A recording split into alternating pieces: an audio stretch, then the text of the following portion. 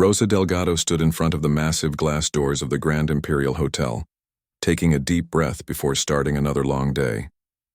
The morning sun reflected off the building's golden exterior, making it look like something from a movie.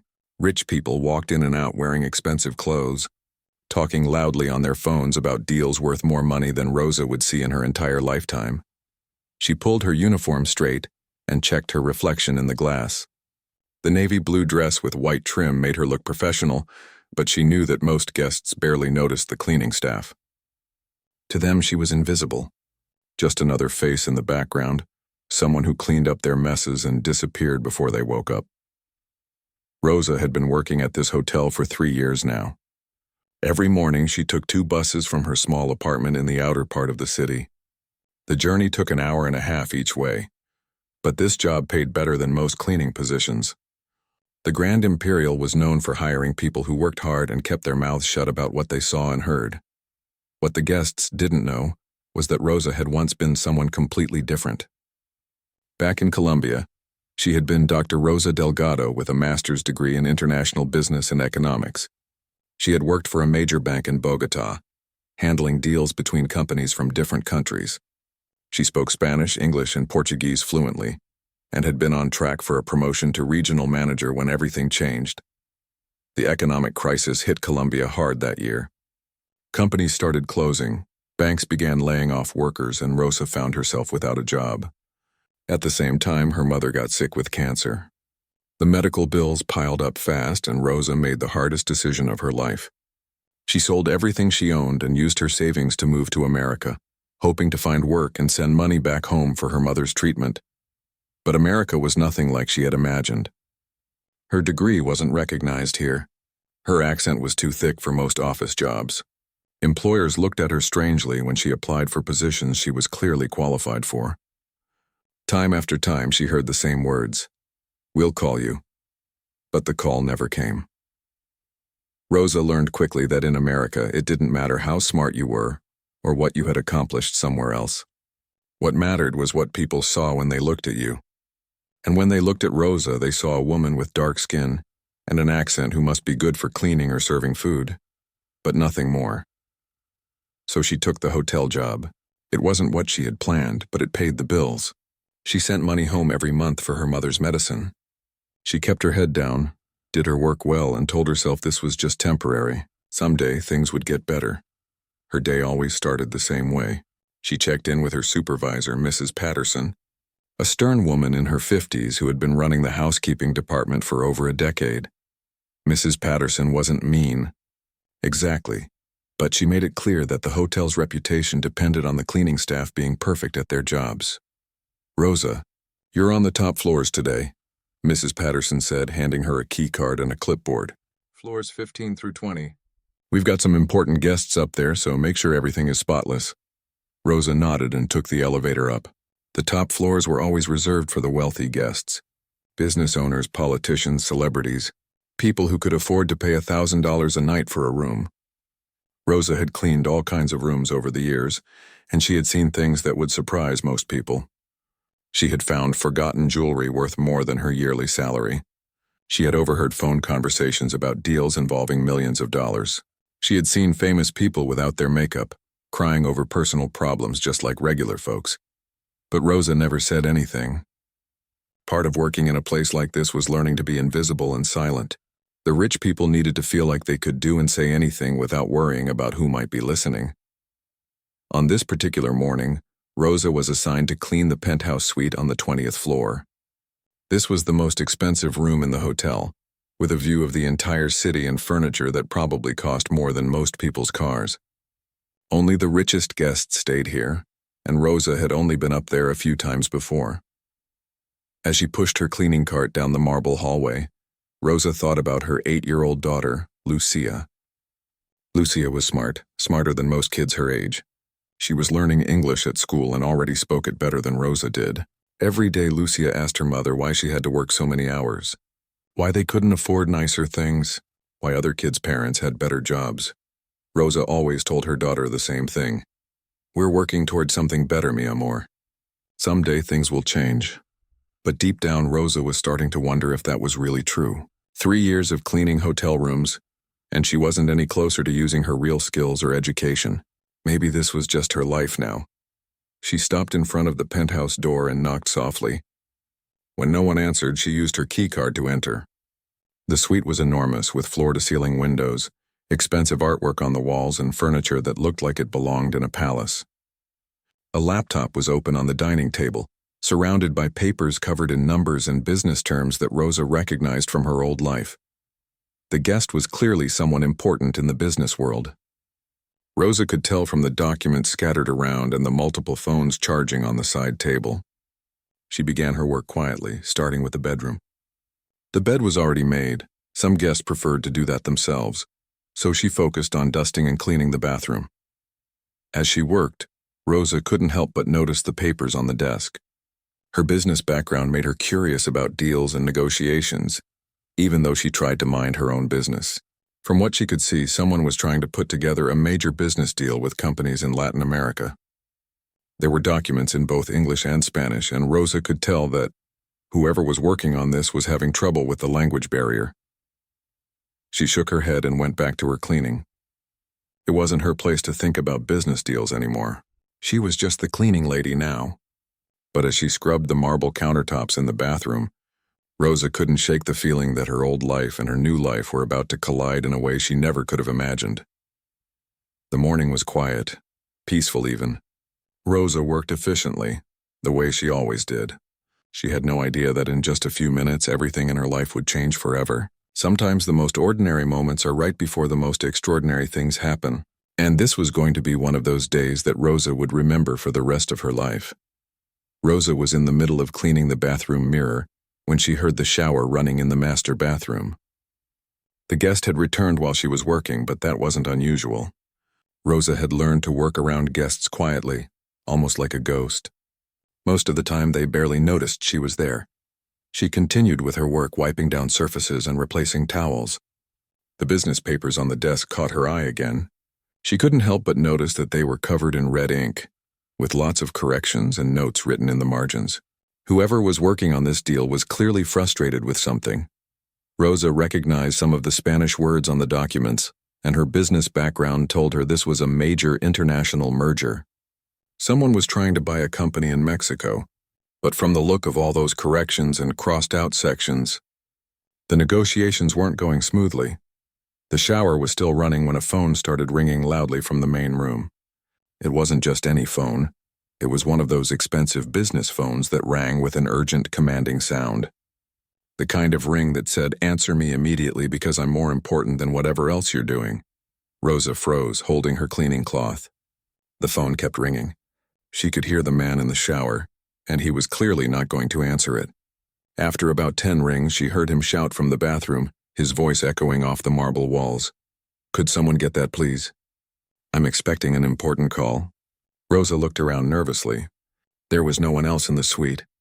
The man obviously thought his assistant or someone else was in the room. The phone kept ringing, and now she could hear frustration in his voice as he called out again. "Hello? Can someone please answer that phone? It's probably about the Mexico deal." Rosa's heart started beating faster. She knew she should probably just let it ring. But what if it really was important? What if it was an emergency? She had been taught that guest satisfaction was the most important thing at the hotel. And this guest clearly needed someone to answer his phone. Taking a deep breath, Rosa walked over to the desk and picked up the phone. She tried to make her voice as professional as possible, the way she used to sound when she worked at the bank. "Good morning, this is Mr. Thompson's room," she said, using the name she had seen on the guest registration. But the voice on the other end immediately started speaking rapid Spanish. Rosa could tell right away that this was someone calling from Mexico or another Latin American country. The man was speaking so fast and with such a thick accent that Rosa knew most English speakers would have trouble understanding him. "Señorita, necesito hablar con el señor Thompson inmediatamente. Es muy urgente sobre el acuerdo de fusión." The caller was saying he needed to speak with Mr. Thompson immediately about the merger agreement. Rosa could hear the urgency in his voice, and her business instincts kicked in. This was clearly the call Mr. Thompson had been waiting for. "Un momento, por favor," Rosa replied in Spanish, asking him to wait a moment. "El señor Thompson está ocupado ahora mismo." pero puedo tomar un mensaje para él.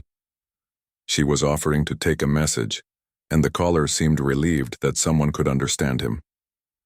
He immediately launched into a detailed explanation of a problem with the merger documents. Rosa found herself automatically reaching for a pen and notepad from the desk, her old business training taking over. The caller introduced himself as Carlos Mendoza, the CEO of Industrias Mendoza, the Mexican company involved in the merger. He explained that there were serious concerns about some of the contract terms, particularly regarding employee benefits and environmental regulations. The Mexican government had raised new questions that needed to be addressed before the deal could move forward. Rosa found herself taking detailed notes, asking clarifying questions, and even offering suggestions based on her knowledge of international business law. She had handled similar situations at the bank in Colombia, and she knew exactly what kind of information Mr. Thompson would need. Señor Mendoza, she said, entiendo su preocupación. Voy a asegurarme de que el señor Thompson reciba todos estos detalles. ¿Puede enviar los documentos específicos por email también? She was telling him she understood his concerns and would make sure Mr. Thompson got all the details. She also asked if he could send the specific documents by email as well. Mendoza seemed impressed by her professionalism and business knowledge. Disculpe, señorita, pero ¿usted trabaja en el departamento legal del señor Thompson? Su conocimiento de estos asuntos es muy impresionante. Mendoza was asking if she worked in Mr. Thompson's legal department because her knowledge of these matters was very impressive. Rosa felt a flush of pride. It had been so long since anyone had recognized her business skills.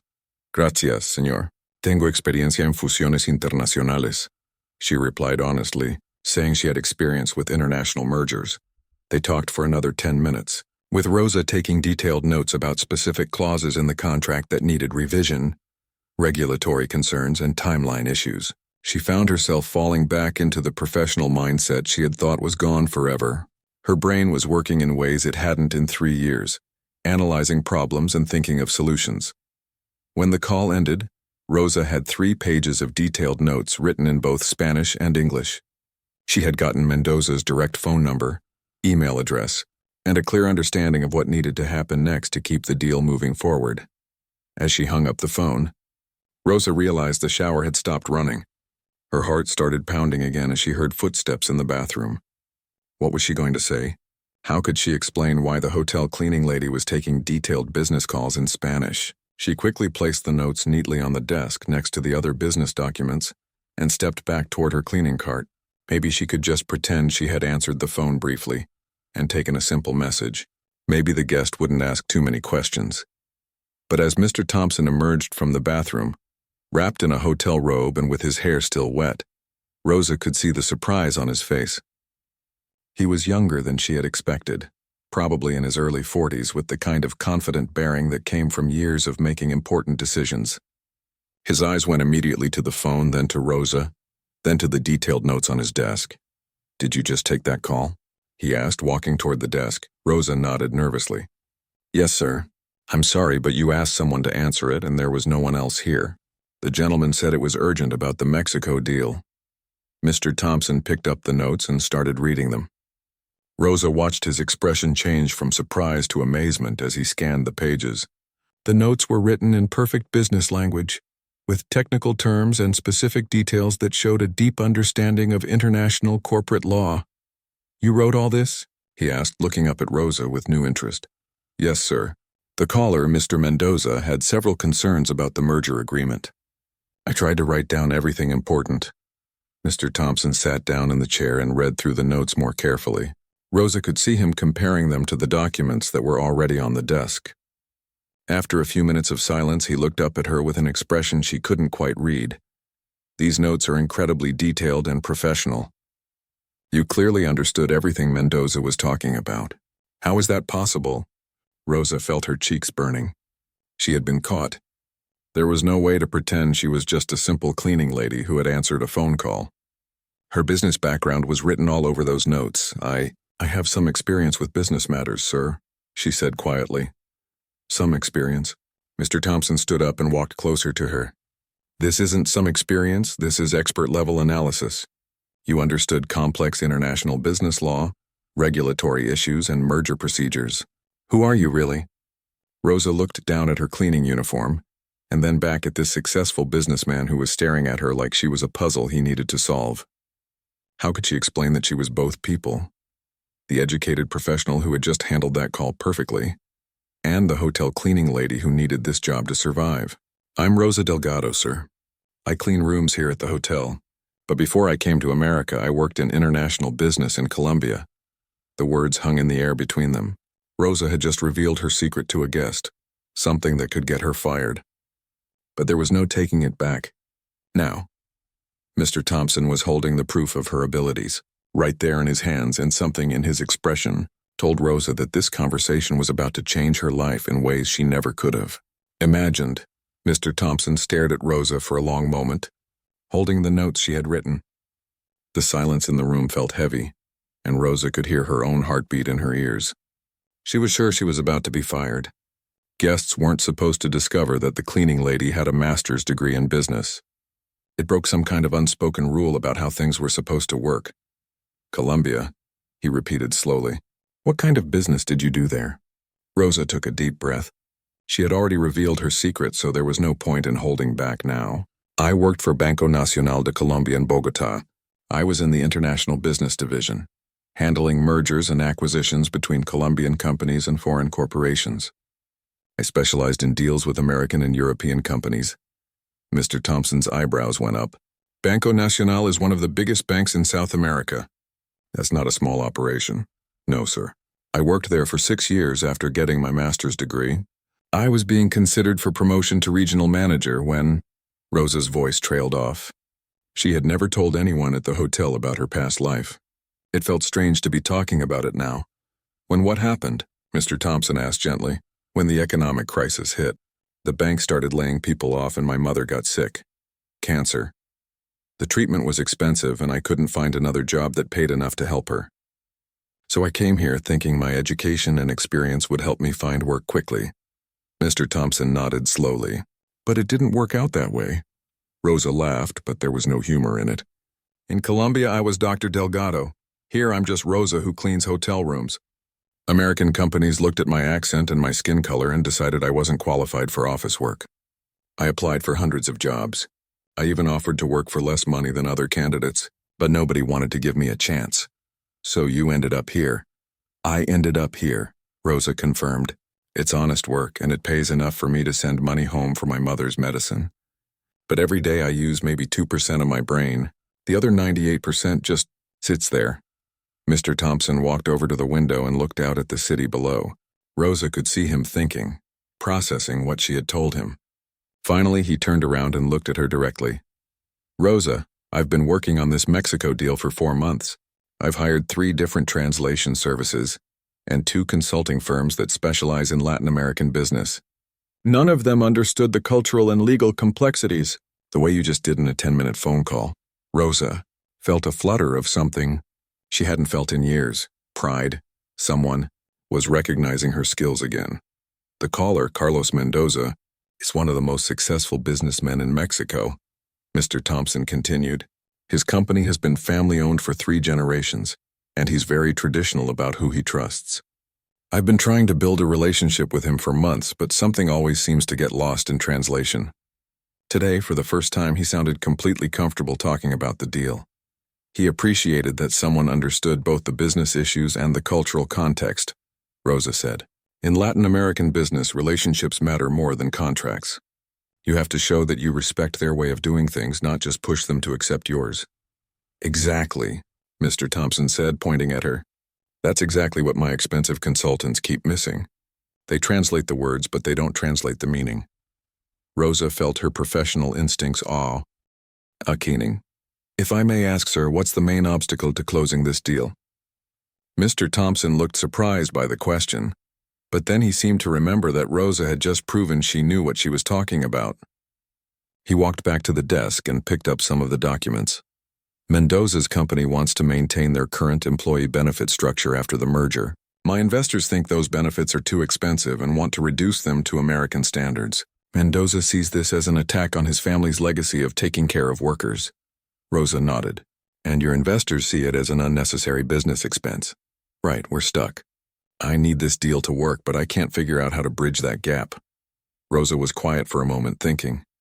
This was the kind of problem she used to solve all the time at the bank. There was always a creative solution if you understood what both sides really needed. What if you restructured the benefits package? She suggested. Instead of reducing benefits, you could change how they're funded. Create a worker benefit foundation that's jointly funded by both companies. The Mexican workers keep their benefits. Your investors get the tax advantages of contributing to a charitable foundation, and Mendoza gets to maintain his family's reputation for caring about employees. Mr. Thompson stared at her. That's actually brilliant. Why didn't any of my consultants think of that? Because they're thinking like Americans, Rosa said. They're trying to solve an American business problem. But this is a cross-cultural challenge.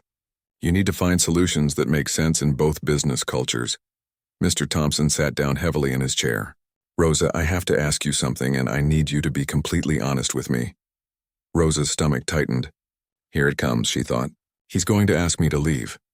How much do you make working here at the hotel? That wasn't the question she had expected. I make about $28,000 a year, sir. And you're satisfied with that? Using 2% of your brain for $28,000 a year? Rosa felt a flash of anger. Satisfied? No, sir, I'm not satisfied, but I have a daughter to feed and a mother to take care of. I can't afford to be unemployed while I wait for someone to give me a chance to use my real skills. What if someone did give you that chance? Rosa looked at him suspiciously. What do you mean? Mr. Thompson stood up and started pacing around the room. I've been looking for someone to help me with this Mexico deal for months. Someone who understands both cultures, who can communicate with Mendoza in his own language, who can spot the cultural issues my American team keeps missing. Sir, I appreciate what you're saying, but what if I offered you a temporary consulting position, just for this deal? 6 weeks, maybe 2 months. You'd work directly with me and Mendoza to get this merger finalized. Rosa felt like the room was spinning. I don't understand. You want to hire me? I want to hire Dr. Delgado, Mr. Thompson said. The woman who just solved a problem that's been stumping me for weeks.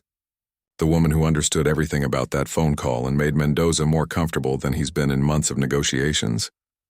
Rosa's heart was pounding. This felt like a dream. The kind of dream she'd stopped allowing herself to have. But what about my job here? I can't afford to lose this position if your temporary offer doesn't work out. That's a fair concern, Mr. Thompson said. Here's what I propose. Take a leave of absence from the hotel. I'll pay you more in 6 weeks than you make here in a year. If the consulting work leads to permanent opportunities, great. If not, you come back here with enough money saved up to take your time finding the right position. Rosa felt tears starting to form in her eyes. After 3 years of being invisible, someone was seeing her again. Someone was recognizing what she could do. I need to think about this, she said quietly.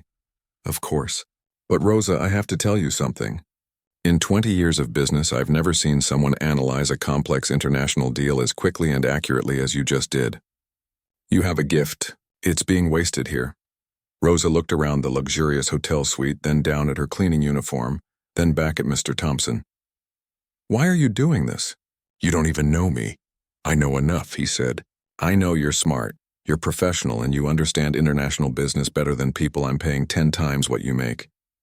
I also know that talent is talent no matter where you find it. He walked over to the desk and wrote something on a piece of hotel stationery. This is my direct phone number. Think about my offer tonight. Call me tomorrow morning and let me know what you decide. Rosa took the paper with shaking hands. And if I say yes? If you say yes, we fly to Mexico City next week to meet with Mendoza in person. You'll be my senior cultural consultant on a deal worth $200 million. Rosa had to sit down. 6 hours ago, she had been worried about cleaning this room properly. Now someone was offering her a chance to work on a deal worth more money than she could even imagine. I need to call my daughter's babysitter, she said automatically. Mr. Thompson smiled. Rosa, if you take this job, you'll be able to afford full-time childcare, a better apartment, and probably that mother's medical bills too. Rosa looked at him with tears in her eyes. You really think I can do this? I think you just proved you can do this. The question is whether you believe it. As Rosa gathered her cleaning supplies to leave the room, she realized that her life had just split into two possibilities. She could stay safe, keep cleaning rooms, and continue sending small amounts of money home. Or she could take the biggest risk of her life and see if Dr. Delgado could exist in America after all. The choice was hers. And for the first time in 3 years, Rosa felt like she had a real choice to make. Rosa barely slept that night. She lay in her small apartment staring at the ceiling while her 8-year-old daughter Lucia slept peacefully in the bed next to her. The piece of paper with Mr. Thompson's phone number sat on the nightstand, seeming to glow in the darkness. Every few minutes, Rosa would pick up the paper and read the number again, making sure it was real. Had that conversation actually happened? Had a millionaire businessman really offered her a job based on one phone call? It seemed too good to be true, which made Rosa suspicious. In her experience, things that seemed too good to be true usually were. But then she remembered the look in Mr. Thompson's eyes when he read her notes. The surprise, then the respect. For 10 minutes today, she had been Dr. Delgado again. Someone had valued her mind, her education, her skills. After 3 years of being invisible, someone had finally seen her. Rosa got up and walked to the small kitchen. She made herself a cup of coffee and sat at the tiny table where she paid bills and helped Lucia with homework. The stack of bills was right there as always. Rent, electricity, groceries, money to send home for her mother's medicine. Every month she managed to cover everything with just a little bit left over. But there was never enough for emergencies, never enough to save for a better future. If she took Mr. Thompson's offer, she could change all of that. In 6 weeks, she could make enough money to give Lucia better opportunities, to help her mother properly, to maybe even think about going back to school herself to get her credentials recognized in America. But what if it didn't work out? What if Mr. Thompson changed his mind? What if she wasn't as good at international business as she thought she was? What if 3 years of cleaning hotel rooms had made her forget how to navigate the corporate world? Rosa pulled out her laptop, an old machine she had bought used when she first arrived in America.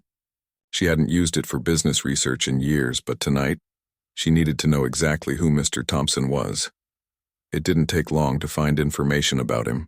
Robert Thompson, age 43, founder and CEO of Thompson Industries, a company that specialized in international acquisitions and development. His net worth was estimated at over $500 million. He had been featured in business magazines, had given speeches at conferences, and was known for his expertise in Latin American markets. Rosa read article after article about his business deals. Everything she found suggested he was legitimate, successful, and exactly who he claimed to be. This wasn't some kind of scam. This was a real opportunity, but that almost made it scarier. Rosa had gotten used to disappointment. She knew how to handle rejection and closed doors. What she wasn't sure about was how to handle hope. Her phone buzzed with a text message. It was from her mother in Colombia. "Hia, the doctor says I need another round of treatment. The medicine is getting more expensive. I'm sorry to ask, but can you send a little extra this month?" Rosa stared at the message, feeling the familiar weight of responsibility. Her mother never complained, never asked for more than Rosa could give. But Rosa knew the medical bills were getting harder to manage, even with the money she sent every month. She looked around her small apartment. Lucia deserved better than this. Her mother deserved better medical care. And Rosa deserved better than spending the rest of her life cleaning hotel rooms. At 6 a.m., Rosa made her decision. She called Mr. Thompson's number. "This is Robert Thompson. Mr. Thompson, this is Rosa Delgado. From the hotel yesterday." "Rosa, I was hoping you'd call. Have you thought about my offer?" Rosa took a deep breath. "Yes, sir. I want to take the job. But I have some conditions." There was a pause. "I'm listening." "I need a written contract that guarantees my hotel job will be held for me if this doesn't work out. I need advance payment for childcare so my daughter is taken care of while I'm traveling. And I need you to be honest with me about what you expect. I don't want to fail because I didn't understand what you needed." Mr. Thompson was quiet for a moment. Then Rosa heard him laugh. "Those are exactly the kinds of smart business demands I would expect from someone with your background. Yes to all of your conditions. Can you meet me at my office this morning to go over the details?" "I have to work at the hotel today." "Not anymore, you don't. I already called Mrs. Patterson this morning and arranged for your leave of absence." She wasn't happy about losing her best worker, but she agreed to hold your position. Rosa was amazed. "You were that confident I would say yes?" I was that confident that you're too smart to pass up this opportunity. Can you be at my office at 10 a.m.? Rosa looked at the clock. It was 6:15 a.m.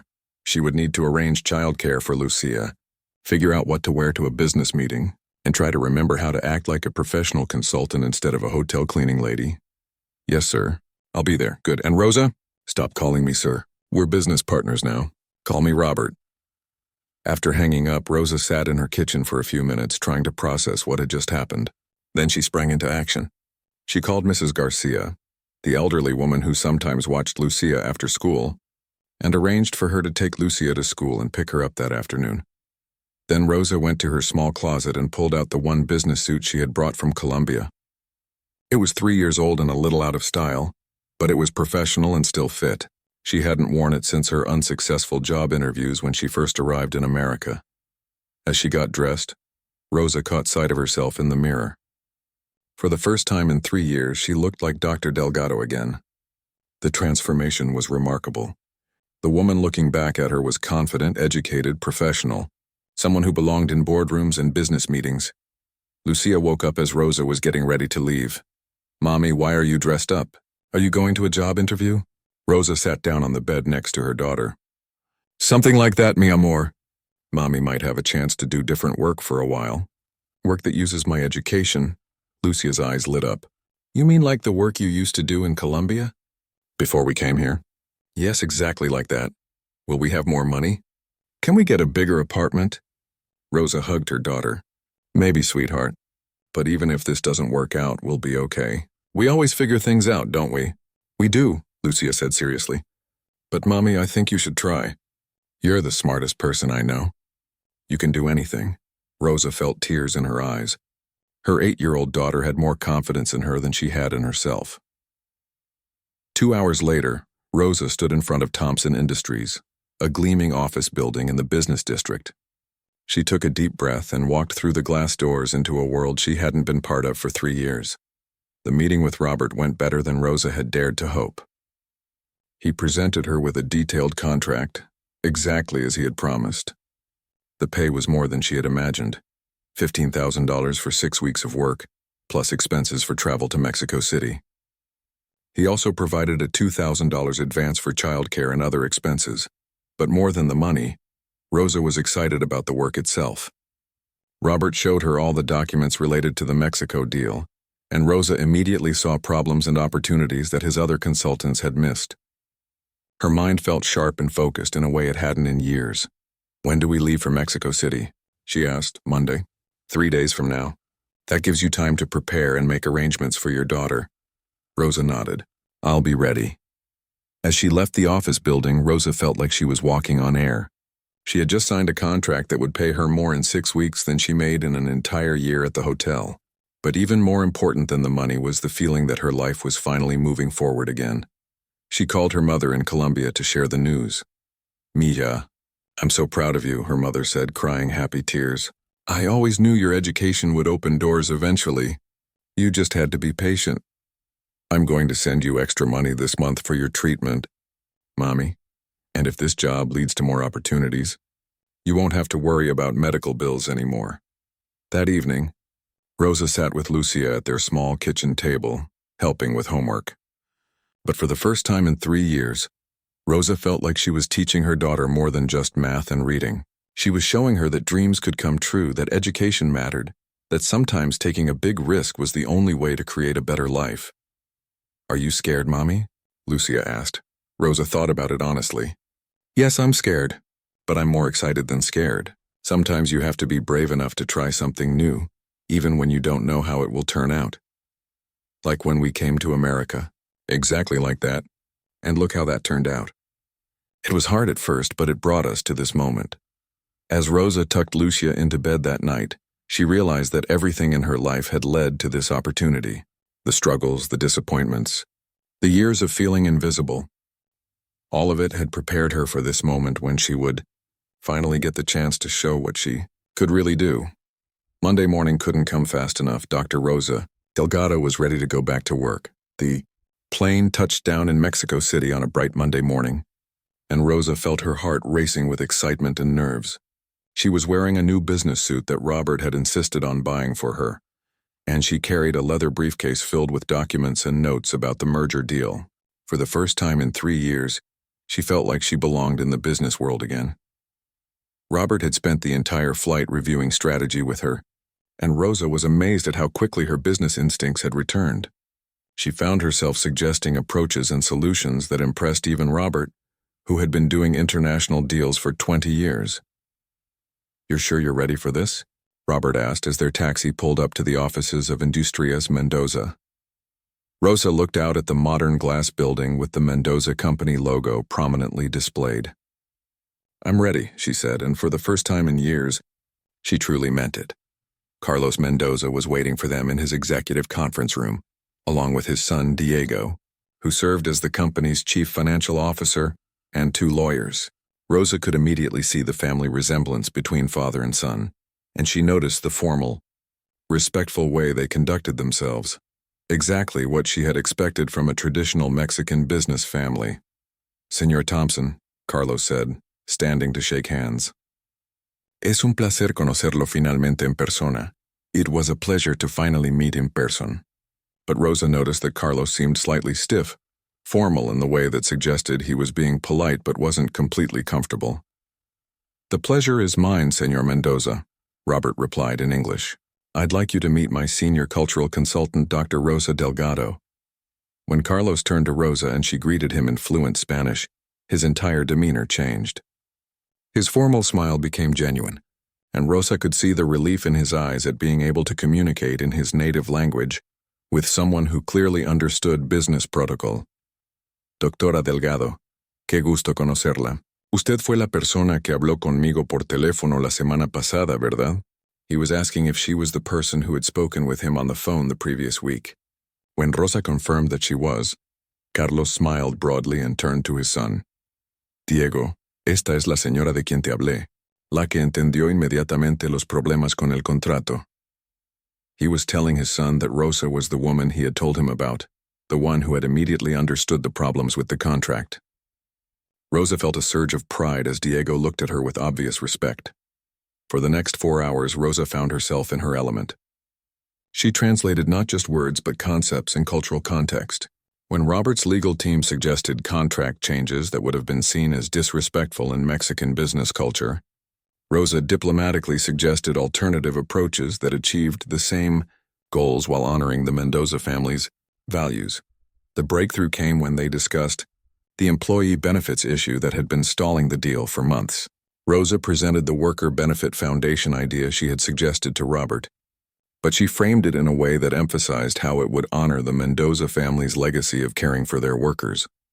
"Don Carlos," she said, addressing the senior Mendoza with the respectful title, "this foundation would not only preserve your family's reputation for employee care, but it would also create a model that other Mexican companies could follow.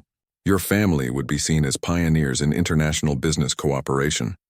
Carlos and Diego exchanged looks, and Rosa could see that this approach resonated with them in a way that the American lawyer's previous suggestions had not. "Doctora Delgado," Carlos said slowly, "this is the first proposal, though. It actually improves our position, rather than asking us to compromise our principles." Over the next 2 days, Rosa worked tirelessly to bridge the cultural and business gaps between the two companies. She helped draft contract language that satisfied American legal requirements while respecting Mexican business traditions. She identified potential problems before they became conflicts, and suggested solutions that both sides could accept with dignity. On Wednesday evening, as they sat in the hotel bar after successfully finalizing the major contract points, Carlos raised his glass in a toast. "To Dr. Rosa Delgado," he said, "who understands that successful international business is not about making one side win and the other side lose. It's about finding ways for both sides to win." Robert joined the toast and Rosa felt tears in her eyes. 3 days ago, she had been afraid she would embarrass herself and Robert. Now she had just helped close a $200 million deal. The flight back to the United States was different from the flight down. Robert spent most of the time talking about future projects and asking Rosa if she would be interested in more consulting work. "Rosa, I have to be honest with you," he said as they flew over Texas. This week proved something I suspected from the moment I met you. You're not just a good consultant. You're exceptional. I've worked with firms that charge 10 times what I'm paying you, and none of them delivered the results you just did. Rosa felt a familiar flutter of hope mixed with caution. What are you saying? I'm saying I want to offer you a permanent position. Director of Latin American Operations for Thompson Industries. You'd be responsible for all our business development in Mexico, Central America, and South America. The salary would be $120,000 a year to start, plus bonuses based on successful deals. Rosa nearly choked on her coffee. $20,000? That's more than 4 times what I was making at the hotel. It's what you're worth, Rosa. Actually, it's probably less than what you're worth, but it's what our budget can handle right now. With your performance on deals like this one, you'll be making significantly more within a year or 2. Rosa stared out the airplane window at the clouds below. 6 months ago, she had been worried about paying rent. Now someone was offering her a salary that would change her family's entire life. I need to ask you something, she said quietly. Why are you doing this, really? I know I did good work this week, but there must be other qualified people you could hire. Robert was quiet for a moment. You want the honest answer? Because in 20 years of business, I've never seen anyone combine technical expertise with cultural intelligence the way you do. Most of my American consultants understand the legal and financial aspects, but miss the cultural nuances. Most of my Latin American contacts understand the culture, but don't have the business training to structure complex deals. He paused and looked at Rosa directly. You understand both sides completely. You can think like an American businesswoman when you need to, and like a Latin American professional when that's what's required. That's incredibly rare and it's incredibly valuable. Rosa felt the tears starting again. 6 months ago, people looked at me and saw a hotel cleaning lady who didn't speak English well enough for office work. 6 months ago, people were idiots, Robert said bluntly. Talent is talent, regardless of what job someone happens to be doing when you meet them. 2 weeks later, Rosa sat in her new office on the 15th floor of Thompson Industries, looking out at the city skyline. She had a secretary, a company credit card, and business cards that read Dr. Rosa Delgado, Director of Latin American Operations. Her first official act had been to send a substantial payment to her mother in Colombia, enough to cover all her medical treatments for the next year. Her second act had been to enroll Lucia in a better school, one with smaller classes and more opportunities. But the moment that meant the most to Rosa came on her 3rd day in the new job, when Lucia visited the office after school. Mommy, is this really where you work now? Lucia asked, spinning around in Rosa's desk chair and looking out the big windows. Yes, mi amor. This is where Mommy works now. And people pay you to use your brain? To think about business problems and solve them? Rosa laughed.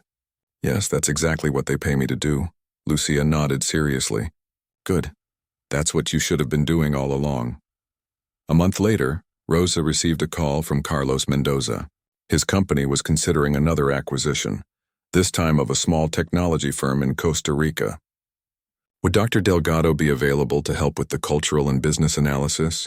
Rosa looked at her calendar, which was already filling up with meetings and projects. She had become Thompson Industries' most requested consultant for Latin American deals. Other companies were starting to ask Robert if they could hire Rosa for their projects as well. Senor Mendoza, I would be honored to work with your family again, she said. After hanging up the phone, Rosa thought about the path that had brought her to this moment. The phone call that changed everything had happened just 2 months ago, but it felt like a lifetime. The scared woman cleaning hotel rooms seemed like a different person entirely. That evening, Rosa picked up Lucia from her new school and they walked home to their new apartment. A bright, spacious place with 2 bedrooms and big windows that let in lots of sunlight. Mommy, Lucia said as they walked, my teacher asked what you do for work, and I told her you help companies in different countries work together. She said that sounds very important. It is important, Rosa said. But you know what's more important? What? That you see that dreams can come true if you work hard and never give up. Even when things look impossible, even when other people don't believe in you, you have to keep believing in yourself. Lucia squeezed her mother's hand. I always believed in you, Mommy. I know you did, sweetheart. And that belief helped me remember who I really was. 6 months later, Rosa was featured in a business magazine article about successful immigrant entrepreneurs. The article included a photo of her in her office, wearing a professional suit and looking confident and accomplished. The headline read, "From Hotel Housekeeping to Corporate Leadership, How One Phone Call Changed Everything." But Rosa knew the real story wasn't about a phone call. It was about never letting other people's limited vision of her determine her own sense of possibility. It was about holding on to her education and her skills even when it seemed like no one valued them. It was about being ready when opportunity finally came. And most importantly, it was about showing her daughter that in America or anywhere else, you don't have to accept other people's definition of who you are or what you're capable of becoming. The woman who had once been invisible in a hotel uniform was now impossible to ignore in the business world. Dr. Rosa Delgado had always been there, waiting for someone to finally see her. When that moment came, she was ready, and that readiness made all the difference.